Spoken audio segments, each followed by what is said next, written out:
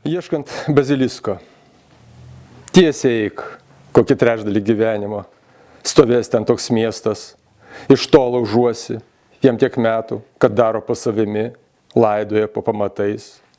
Rusiuose agurkai ir bulvės nuo praeito karo, aklose akise blyškus daigai, stiklai neišsproginėja, žiurgių dinastijos senesnės už bažnyčias.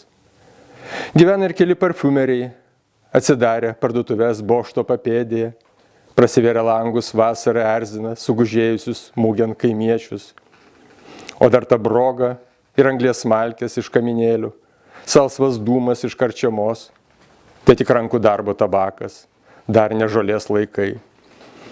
Tiesiai eik kokį trečdalį gyvenimo, paskubėk, nes ilgiau užgaišęs, būsi per senas tam miestui, kol dar surilkė ir traklių už parankių, prie stalo su alaus bokalu, kol dar naktį matos daugiau nei dieną, net jeigu nežiūri po kojom, į kryželius, smutkelius prie kelio, į moterų kojas švituojančias priešais, fosforinės kompaso rodiklės, kurios varo iš proto, rodo šiauriau, visada šiauriau, kur turėtų dilgsėti keliarodė žvaigždė, kur žiauresnis klimatas, šalančios moteris, miegančiosios gražuolės, už kiekvieno tamsaus lango tame mieste, kur turi suspėti.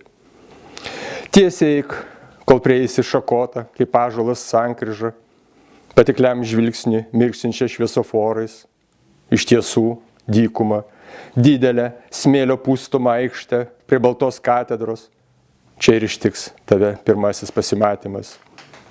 Toliau negaliu padėti, čia tau ne Bildungsroman ar Bildungsgeschichte, nežadu būti senamadiškai korektiškas, toliau ieškok pats. Arba, kaip Tadeušas, tamsiame šiltame, grublėtomis sienomis, gilyn nusidriekiančiame Rusyje, turėdamas omeny vestibiulum vaginą. Arba pasuk Vilnelės link, pro nusilupusius užupio fasadus, link Bastėjos, prieisi ten urvą ir kaulus, moterų, vyrų, šunų, kačių, netyčiai miestą atklydusių stirnų ir ožkų šimtmečiais tvyrančią smarvę. Net jeigu ten jų ir nėra, urvo, stirnos, nei smarvės, jeigu net nėra to miesto, vis tiek turėk po ranka kišeninį žibintuvėlį, dujinį balionėlį, mažą veidrodį, privalomą turisto komplektą, kai leisies į savo tamsiąją veido pusę ieškoti bazilisko.